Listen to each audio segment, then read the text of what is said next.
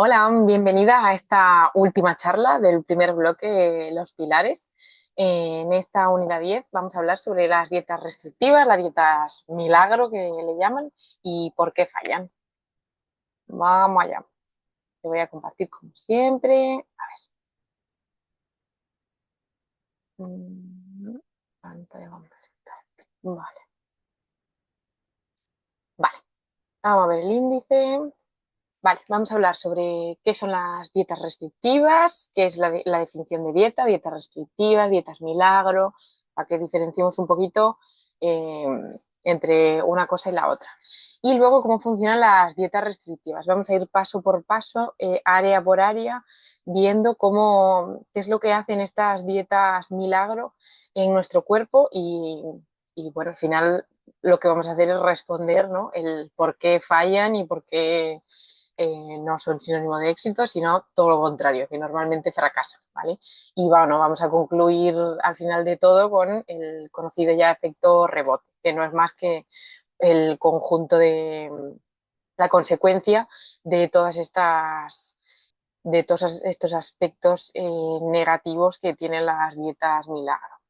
Vale, entonces, dietas restrictivas. Vamos a definir un poquito, ¿vale?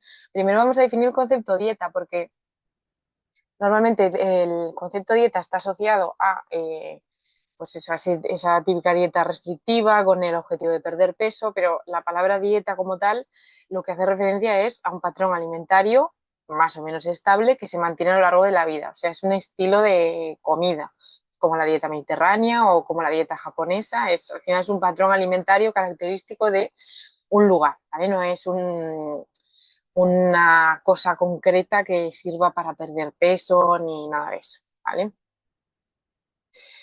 Y una dieta como tal, como estilo de vida, tiene que ser equilibrada, variada y suficiente. Es decir, que incluya pues todos los grupos de alimentos, cuanto más variedad de alimentos mejor y suficiente quiere decir que esté en cantidad suficiente para cada persona. Vale, esa sería la definición entera de dieta. ¿Vale?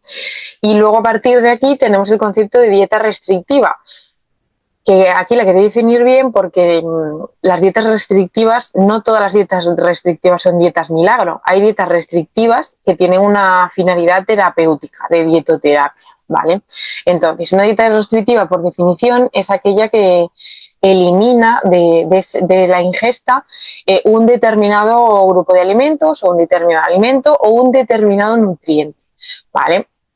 Algunas tienen como objetivo perder peso, pero no todas, y te pongo ejemplos, ¿vale? Pues por ejemplo, una dieta sin gluten es una dieta restrictiva que restringe todos esos alimentos que llevan gluten. Por ejemplo, una dieta baja en grasas no siempre tiene que tener como finalidad perder peso. Puede ser, pues, una dieta indicada para personas con problemas pancreáticos o de hígado que tienen dificultades para absorber las grasas, por ejemplo. O una dieta, que aquí no lo veis, el dibujín, o una dieta diseñada específicamente para diabetes, pues que va a eliminar o reducir considerablemente de todos esos alimentos ricos en azúcares simples, ¿vale? O, por ejemplo, esta que está muy de moda, una dieta baja en FODMAPs, que bueno, el FODMAP es un acrónimo de nombres de diferentes nutrientes que tienen algunos alimentos y que es una dieta que se pauta para tratamiento de SIBO, sobre crecimiento bacteriano. ¿Vale? Entonces, dieta restrictiva como tal no siempre implica perder peso, pueden tener una finalidad terapéutica. Pero sí que es verdad que tenemos las dietas milagro como tal, como conocemos en la mayoría de los casos, que son las dietas que nos venden una gran pérdida de peso en poco tiempo, que se describen como rápidas, cómodas y sin esfuerzo. Por ejemplo, en esta foto está súper claro, ¿no? Pierde 4 kilos en un mes sin esfuerzo, no sé qué, bajo en grasa. Vale, aquí ya alertas, salen alertas. O, por ejemplo, las que se apoyan en testimonios supuestamente reales. Por ejemplo, en esta de Saber Vivir, que es una revista bastante famosa, Pues mira, te ponen a una famosa con su testimonio que parece que le da más verosimilitud, ¿no? Adelgazar es fácil, todo esto. Y bueno, incluso podemos encontrarnos también complementariamente a las dietas milagro, pues la indicación, ¿no?, de tomar pues, suplementos dietéticos o batidos sustitutivos o todas estas cosas.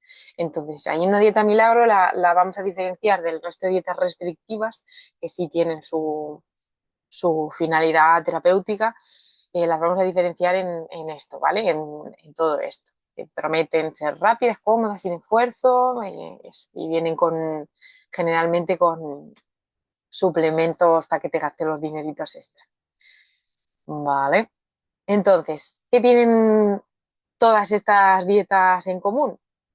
Pues el déficit calórico. O sea, al final ninguna dieta, ni la dieta de la piña, ni la dieta baja en grasa, todas estas dietas que con nombre y apellido, como yo le llamo, cuya finalidad es adelgazar mucho en poco tiempo, al final no hay nada mágico, no hay nada a nivel de metabolismo mágico que te facilite el adelgazamiento. O sea, lo que tienen en común todas es que generan un déficit calórico.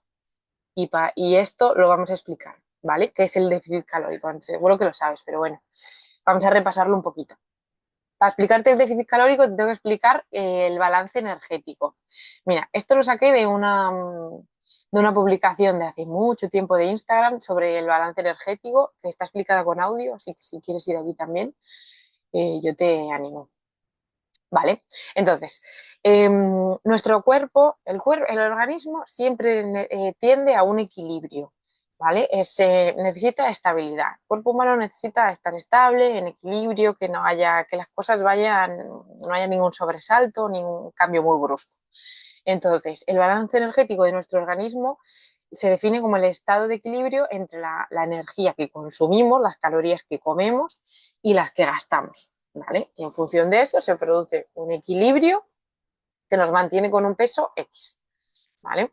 Entonces, las calorías ingeridas van a ser principalmente a través de la alimentación, no hay otra forma.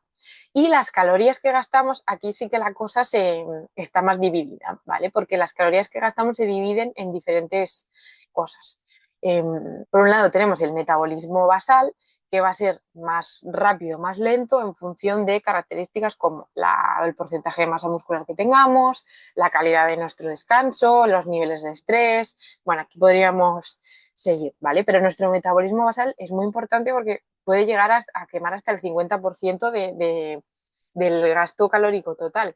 Entonces es importante que esté, ¿cómo decirlo?, animadito, rapidito, ¿vale? Porque si el metabolismo basal es muy lento, pues vamos al final a acumular mucha más grasa, ¿vale? Entonces, por un lado tenemos el metabolismo basal que va gastando.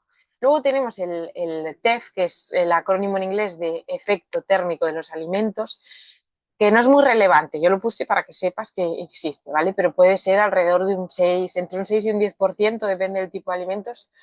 ¿Y esto qué quiere decir? Pues que los alimentos, cuando los comemos, nuestro cuerpo también gasta un porcentaje de calorías para poder digerirlos y absorberlos. Entonces, tú cuando te comes un alimento 100 calorías de frutos secos, me invento, no vas a absorber las 100 calorías porque, o sea, el cómputo neto de esas calorías no va a ser 100 porque para digerir esos frutos secos tu cuerpo va a tener que gastar calorías. No sé si me explico. Entonces el balance total va a ser con menos de 100.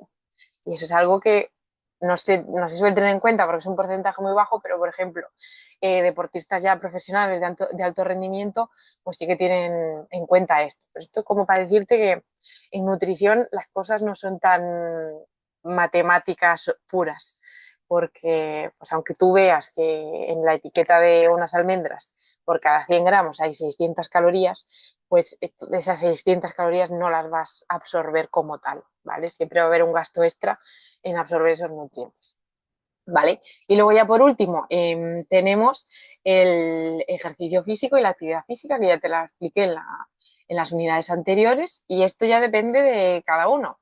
La actividad física, ¿te acuerdas que lo medíamos en número de pasos, más o menos? Y era pues todas esas actividades que te mantienen, ¿no?, moviéndote a lo largo del día. Luego ya el ejercicio físico es algo ya pautado, ¿no?, con un repetido y con un objetivo. Entonces, estas dos partes son las que más podemos controlar a corto plazo. El metabolismo basal lo podemos controlar, pero si te fijas, los factores que van a hacer que sea más rápido, más lento, son factores que se ven más a largo plazo. Pues la calidad del sueño lleva un tiempo mejorarla, los niveles de estrés, la masa muscular también. Entonces es importante, pero no tiene un efecto tan a corto plazo. ¿Vale? Este sería el balance energético. Entonces, dependiendo de lo que comemos y de lo que gastamos, pues nos vamos a quedar ahí en un balance, en un peso concreto. ¿Vale? Entonces, ¿qué hacen estas dietas milagro? Generar un déficit calórico. ¿Vale? El déficit calórico es un estado en el que se ingieren menos calorías de las que se gastan. ¿Vale? Esto en cómputo general, pero ¿cómo puedes hacer eso? Lo puedes hacer de dos formas. O disminuyendo las calorías que te comes, ¿no?, cortándote de comer, o aumentando el gasto calórico. Puedes seguir comiendo lo mismo, pero aumentar aquí la actividad física y el ejercicio físico y a largo plazo el metabolismo basal. Son como dos formas que tienes de generar déficit calórico. ¿Vale? ¿Cuál es el problema? Que estas dietas milagro en lo que se centran es en generar déficit calórico a través de la alimentación. Y esto puede ser bueno al principio, pero si no le ponemos tampoco el foco en aumentar el gasto calórico, o sea, generar déficit aumentando el gasto calórico, a largo plazo vamos a tener muchos problemas, porque no puedes disminuir las calorías que ingieres indefinidamente, ¿vale? Porque luego es cuando viene el efecto rebote y eso es lo que vamos a ver ahora. Resumiendo, las dietas milagro, ¿qué es lo que hacen? Restringir X nutrientes o grupo de nutrientes en un periodo concreto de tiempo. Esto al final, ¿qué tiene como consecuencia? Pues que nos genera una prohibición. La prohibición aumenta el deseo, esto lo veremos más adelante, por lo tanto no nos conviene mucho. ¿Vale? Además, lo que promete es una gran bajada de peso en un periodo de tiempo muy corto. Esto tiene también consecuencias negativas que tienen que ver con el efecto rebote, te lo explicaré más detalladamente.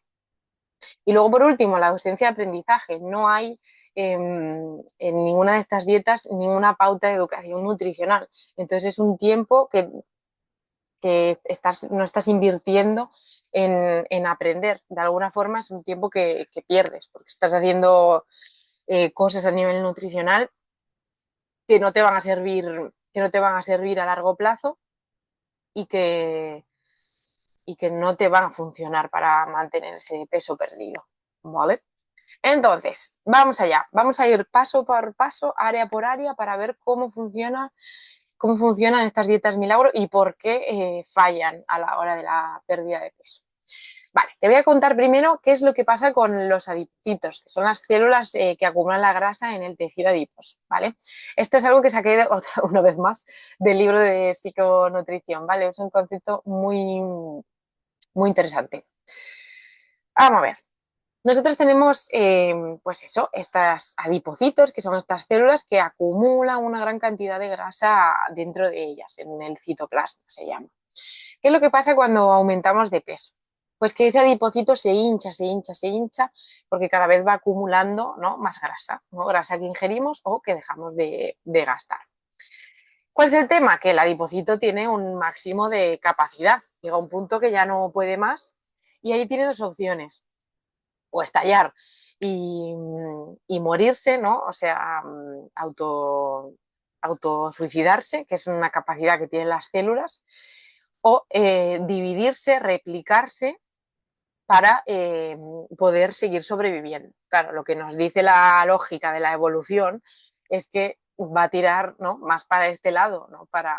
Es al final una ventaja evolutiva, ¿no? Antes de autosuicidarse, morirse y tal, pues es mejor que se replique para en un futuro tener más capacidad de almacenamiento. Y de hecho esto es lo que hace.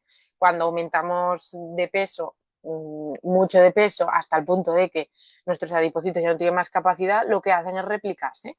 Y entonces pasamos de tener un adipocito a tener muchos adipocitos, cada uno con su capacidad de almacenar grasa. ¿Vale? Claro, ¿qué es lo que pasa cuando después de este aumento de peso queremos perder peso? Pues lo que pasa es que pues estas reservas de grasa se van vaciando, pero nuestras células no tienen la capacidad de volver al estado natural, de morirse todas y quedarse un adipocito. De forma que lo que nos queda es la misma cantidad de adipocitos que se habían replicado antes, pero más pequeños. ¿Esto qué quiere decir? Que cuando nosotras aumentamos de peso y perdemos y volvemos a aumentar y volvemos a perder, estamos favoreciendo que se produzca una replicación de adipocitos que luego ya no podemos revertir.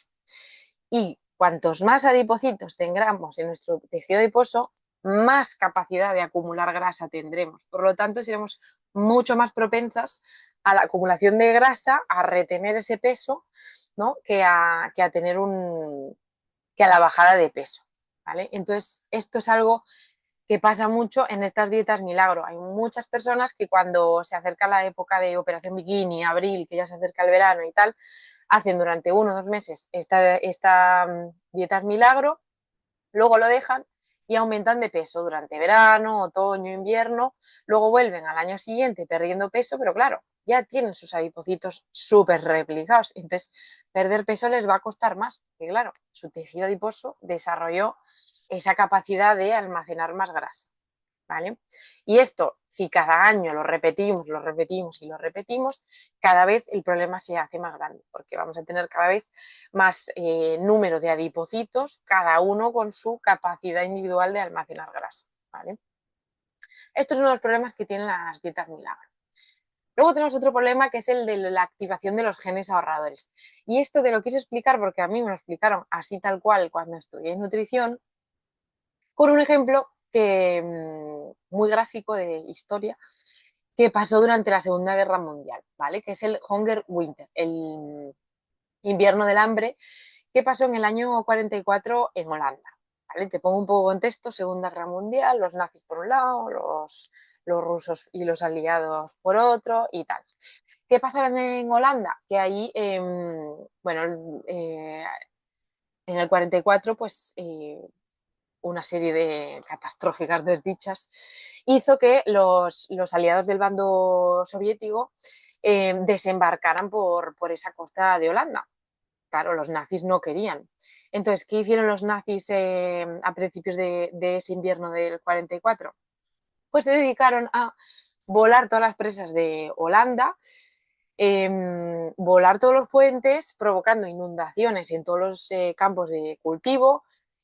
Bueno, volaron instalaciones eléctricas, de todo, de forma que dejaron de repente a todos los campos de cultivo anegados, todo el país incomunicado, porque se habían volado todos los puentes, todas las carreteras, no había electricidad, por lo tanto no había forma de tener luz, de cocinar, de calentarse incluso. O sea, bueno, es algo bastante, lamentablemente, bastante típico en guerras, utilizar pues, los recursos naturales como arma de guerra, ¿vale?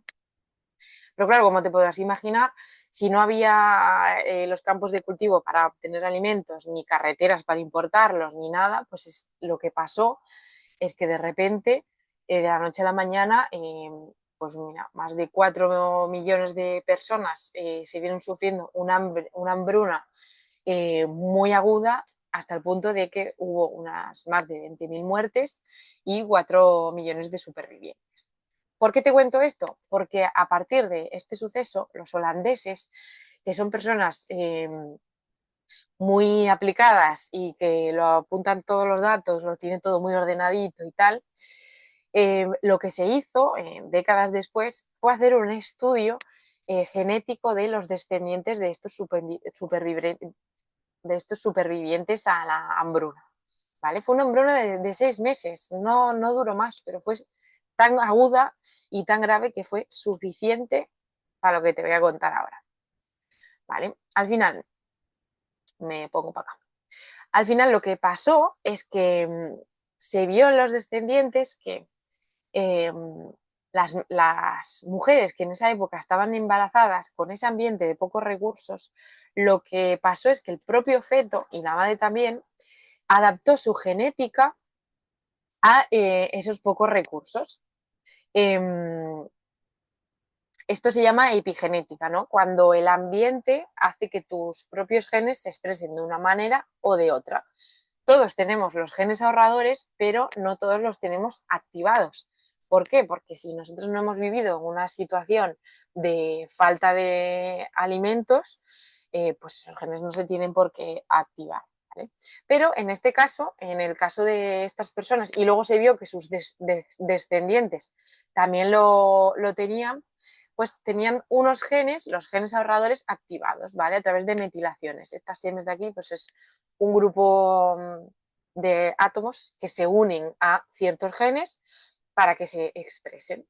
Y entonces se cambió la expresión de los genes en los propios fetos y las madres, ¿vale? Es epigenética. Cómo el ambiente puede modificar nuestra genética. Claro, esto en ese momento de hambruna tenía un sentido evolutivo lógico, ¿no?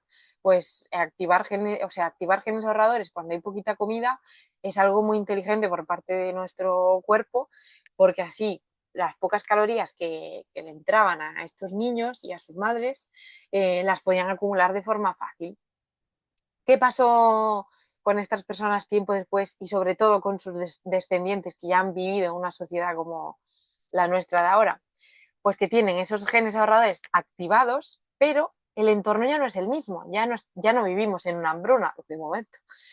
Vivimos en un ambiente que es todo lo contrario, es un ambiente obesogénico, donde hay disponibilidad de alimentos hiper megacalóricos por todas partes. Entonces, claro, lo que se vio es que esas personas y los descendientes de las personas que vivieron eso se convirtieron en adultos con problemas de obesidad, de diabetes, de enfermedades cardiovasculares, porque esos genes ahorradores lo que hacían era acumular eh, todo ese exceso de calorías. ¿Por qué te cuento esto? Pues porque las dietas milagro hacen lo mismo.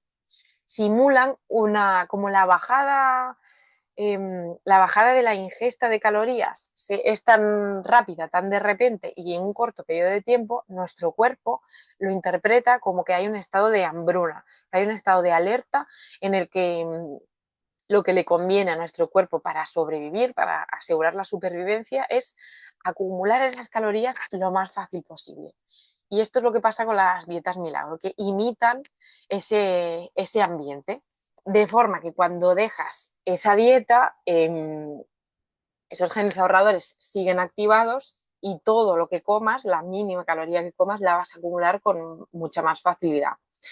Todo esto unido a el tema que te contaba de los adipocitos. Al final hace ahí sinergia las dos cosas y te imposibilitan el adelgazar. De hecho, hay muchas mujeres que llevan toda la vida haciendo dietas milagro y ellas mismas se dan cuenta de que con los años la misma dieta cada vez les funciona menos. Es por esto, porque cada vez estás acumulando, pues eso, más adipocitos con más capacidad de acumular grasa, los genes ahorradores activados y más cosas que te voy a contar ahora.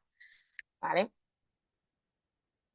Venga, otra cosa que sucede con las dietas milagro es que el nivel de restricción calórica que tienen hace que se nos alteren las señales de hambre y saciedad. Y esto no es cualquier cosa, de hecho, las señales de hambre y saciedad que nosotras percibimos en nuestro cerebro eh, eh, no surgen de la nada, tienen un origen bioquímico, ¿vale? Que es el siguiente. Todos los órganos que participan en nuestro sistema digestivo, eh, boca, estómago, intestino, todos estos órganos lo que producen son hormonas de saciedad o de hambre. Entonces, cuando nuestro sistema digestivo está vacío, no hay comida, lo que hacen es secretar grelina, que es la hormona que va a ir al cerebro a través del sistema nervioso, el nervio vago, ¿te acuerdas que hablamos de él? A través de ese nervio vago va a enviar la grelina al cerebro y ahí va a dar una señal de hambre. Y ahí es donde percibimos el hambre. ¿Vale? Una vez comemos, nuestro sistema digestivo lleva comida por ahí, deja de secretar esa grelina y lo que sucede es que desde el tejido adiposo, que además de ser un órgano de reserva energética, es un órgano endocrino, o sea, produce hormonas, ojito con el tejido adiposo, que es un órgano que hace más cosas que acumular grasa, hay que cuidarlo, ¿vale? Entonces el tejido adiposo va a secretar la leptina, que es una hormona de saciedad, hace el efecto contrario. ¿Qué pasa si estamos constantemente pasando hambre? ¿Qué es lo que suele pasar en una dieta milagro? Porque como solo lo que hacemos es disminuir las calorías que ingerimos, vamos a sentir hambre continuamente, continuamente. Entonces, lo que sucede es que nuestro sistema digestivo está mandando la hormona de la grelina al cerebro, mandando una señal de alerta constante, ¿no? Como que peligro, peligro, peligro. Esto también conecta con lo que te decía de la activación de los genes ahorradores. Al final el cuerpo está mandando una señal de alerta al cerebro de que nos falta comida, nos falta comida. ¿Eh? ¿Esto qué hace? Que si tú alteras tus propias señales de hambre y saciedad y estás continuamente sintiendo hambre, la probabilidad de que te acabes comiendo un alimento y si es ultraprocesado, hipercalórico, mejor, aumenta, ¿vale? Al final ahí lo que estás poniéndote piedras contra tu propio camino y dejándote a expensas de tu fuerza de voluntad, a la vez sabiendo que nuestras señales de hambre y saciedad están tan finamente reguladas a nivel bioquímico, la fuerza de voluntad no puede luchar contra esto. Esto es mucho más fuerte. Entonces, eventualmente acabarás comiéndote lo que tengas por delante. ¿Vale? Entonces, este es otro de los motivos por los que las dietas milagros suelen fallar. ¿Vale? Porque no son dietas que no están diseñadas para generar saciedad, sino todo lo contrario, para pasar hambre. ¿Vale? Además de todo esto, recordamos que en nuestro cerebro tenemos un circuito neuronal de recompensa, que es el circuito que produce dopamina cuando comemos alimentos, sobre todo ultraprocesados, que son hipercalóricos. ¿Vale? Entonces, ¿cuál es el tema? No sé muy bien esto, pero bueno, te haces una idea. Eh, si nosotras, que ya vivimos en una sociedad súper estresante, que vamos a toda leche, bueno, que hay un montón de cosas estresantes. Si además le añadimos el estrés de estar continuamente pasando hambre, eh, esa situación de estrés y ansiedad acumulada, el circuito de recompensa, lo que va a hacer en nuestro cerebro es buscar a toda costa la ingesta de alimentos hipercalóricos. ¿Por qué? Porque estos alimentos hipercalóricos evolutivamente funcionaban para regular ese estrés y ansiedad. ¿Y cómo lo hacían? Pues de forma que cuando tú te comías esa hamburguesa o ese ultraprocesado, ese circuito de recompensa empezaba a segregar dopamina, que es la hormona del placer, de la felicidad, por excelencia, ¿vale? Es una hormona que te va a bajar eh, el estrés, te va a dar esa sensación de placer y bienestar. Entonces, si al estrés que tenemos hoy en día le añadimos el estrés de estar pasando hambre todo el rato, lo que hacemos es hiperactivar este circuito de recompensa. Y es prácticamente imposible luchar contra esto unido a todas las otras cosas que te expliqué antes, ¿vale? Esto que lo tengamos en cuenta, que es algo bioquímico, que es algo finamente regulado, ¿no? Evolutivamente regulado, y que es prácticamente imposible que nuestra fuerza de voluntad pueda combatir, ¿no? Un circuito neuronal, ¿vale? Que segrega dopaminas, que es algo hiper mega potente. Eso. Y además, tenemos que tener en cuenta que prohibirnos cualquier tipo de alimento, lo único que hace a nivel conductual es aumentar el deseo. Esto podemos poner casi cualquier ejemplo, ¿vale? Cualquier cosa que pongamos prohibido, lo único que vamos a querer es hacerlo, ¿vale? Entonces, pues es otra de los aspectos por los que las dietas milagro no funcionan, ¿vale? Y luego ya por último, no quería dejar pasar el tema de la pérdida de masa muscular que viene asociada a estas dietas milagro. ¿Por qué hay una pérdida de masa muscular? Vale, primero porque cuando bajas mucho peso de golpe en poco tiempo, necesariamente algo de masa muscular se va a ir con ello. Algo de masa muscular, algo de líquidos. Es prácticamente imposible a nivel metabólico bajar exclusivamente grasa. ¿Vale? Siempre se va a ir algo de masa muscular. Pues que además estas dietas milagro son dietas muy bajas en hidratos. Y sin hidratos, ya sabemos que no podemos entrenar fuerza para construir músculo. El entrenamiento de fuerza es un entrenamiento muy intenso que necesita que tengamos los depósitos de glucógeno llenos. Los depósitos de glucógeno se llenan con hidratos de carbono, con alimentos ricos en hidratos de carbono. Entonces, si nosotros vamos a entrenar fuerza con esos depósitos vacíos porque no hemos comido nada con hidratos de carbono, no vamos a poder entrenar con intensidad y no vamos a construir músculo. Ya me dirás, y yo si quiero bajar grasa, ¿para qué quiero construir músculo? Pues venga, que te lo explico. Vamos a recuperar el esquemita del balance energético, porque si te fijas, aquí cuando te explicaba el metabolismo basal, te dije que dependía de la masa muscular. Y es que esto es la clave de todo del tema de la masa muscular, ¿vale? Nuestro músculo, el músculo es un tejido metabólicamente muy activo. Es un tejido que en reposo, para poder mantenerse, sí, mantenerse y no autodestruirse, necesita mucha energía, que la tiene que sacar de algún sitio. ¿Y de dónde la saca? Pues de nuestro tejido adiposo, ¿vale? Entonces, ¿por qué nos interesa tener masa muscular? Porque si nosotras tenemos una masa muscular alta, estando en reposo el resto del día, te hablo fuera del entrenamiento, ¿vale? El resto del día, aunque estés sentada en el sofá o trabajando en el ordenador o lo que sea, el músculo se va a encargar de ir quemando todo ese exceso de grasa del tejido adiposo. ¿Por qué? Porque la necesita para mantenerse, ¿vale? Entonces, tener una masa muscular alta lo que nos va a asegurar es que nos va a ayudar a quemar ese exceso de grasa, o sea, nos va a ir a favor. Entonces, si te fijas, las dietas milagro nos van a la contra de todo esto, porque no nos ayudan ni a crear ni a mantener la masa muscular, que va a ser nuestro, nuestro principal quemador de grasas. ¿Vale? Además, en reposo, imagínate lo guay que es estar sentada tú viendo la tele y saber que gracias a esa masa muscular que tienes construida, eso va a ir quemando grasita por ella misma. Hombre, en la masa muscular hay que trabajarla, ¿vale? Hay que comer hidratos, pero hay que entrenar fuerza regularmente, o sea, no es gratis, ¿eh? Hay que comer suficiente proteína también para que el músculo no se degrade, hay muchas cosas.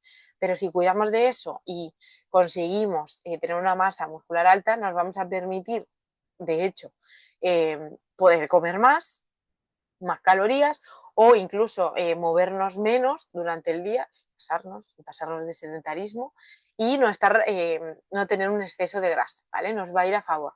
Y este es el problema, que las dietas milagro nos van a la contra de la masa muscular, ¿vale?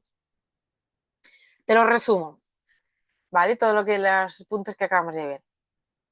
Las dietas milagro lo que nos favorecen es la división de adipocitos, que esto lo único que hace es cada vez tener más capacidad para almacenar más grasa, es decir, que cuando la queramos eliminar va a ser más difícil.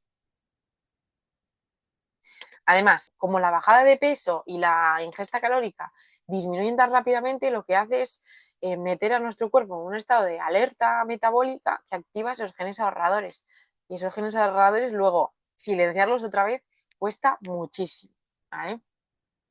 Además, nos desregula, ¿no?, todas esas hormonas de hambre y saciedad, de forma que va a llegar un punto que vamos a tener hambre todo el rato, incluso si tenemos un exceso de peso, ¿vale? Porque ese sistema se ha desregulado y para volver a regularlo tiene que pasar tiempo, ¿vale? Además, tenemos que tener en cuenta que en nuestra cabeza tenemos un circuito de recompensa que va modulando nuestra conducta alimentaria, que nosotros no somos tan dueñas de nuestros actos como nos creemos, ¿vale? Entonces, si ese circuito de recompensa lo tenemos ahí en alerta, estresado, por hambre, por estrés del día a día y tal, pues la probabilidad de que nos comamos los ultraprocesados va a aumentar con el aumento de peso y no nos olvidemos de que a nivel emocional también nos va a afectar porque nos vamos a sentir frustradas, culpables y todo eso que no nos gusta, ¿vale? Y luego, además, pues lo que te explicaba, que una dieta milagro lo que favorece es la disminución de masa muscular, que precisamente nos va a la contra de esa pérdida de grasa. Y finalmente es un tiempo que hemos perdido y que podíamos haber aprovechado en aprender, ¿no?, herramientas para comer mejor, equilibrado, pues eso, herramientas de educación alimentaria. Al final todo esto es un combo que hace, cada aspecto hace una sinergia entre ellas y es lo que hace que a lo largo del tiempo, ¿no?, mujeres que han hecho estas dietas milagro año tras año, año tras año, todos estos aspectos se les hayan agravado de tal forma que cuando lo quieren revertir cuesta mucho. Luego van a una nutricionista después de hacer todas estas dietas milagro y lo que sucede es que el cambio tarda mucho en llegar, el cambio real y bien hecho tarda mucho en llegar. Y no es que las nutricionistas no estén haciendo bien su trabajo, sino que esta mujer llega con su tejido adiposo, su metabolismo y sus señales de saciedad y su masa muscular hechas un desastre, ¿vale? Y revertirlo lleva mucho tiempo, pero es el único camino correcto para alcanzar la salud y bajar un peso de forma saludable, ¿vale? También por eso, por el tema del bajar el peso y tal, también por eso las dietistas hacemos mucho énfasis en que la bajada de peso sea muy gradual. Te lo decía en la unidad anterior, que más o menos de media está entre medio kilo y 1 kilo por semana. Si bajamos más de eso por semana, lo que corremos el riesgo es de activar esos genes ahorradores y pues alterar todo este tipo de señales. Por eso hay que hacer la bajada muy sostenida, ¿vale? Así que todo mal, ¿vale? El resultado de todo esto, ¿qué es? Pues es el efecto rebote, ¿vale? Que una vez dejas la dieta milagro, lo que pasa es que se recupera el peso perdido durante la dieta. ¿Por qué? Pues porque no tenemos la masa muscular, porque los adipocitos están ahí eh, se han dividido mucho y están vacíos y lo que quieren es llenarse de grasa, porque tenemos los genes ahorradores activados, porque tenemos hambre todo el rato, porque necesitamos calmar ese estrés que nos da el hambre con ultraprocesados y con esa dopamina que genera la ingesta de ultraprocesados. O sea, al final es todo un círculo vicioso muy negativo, ¿vale?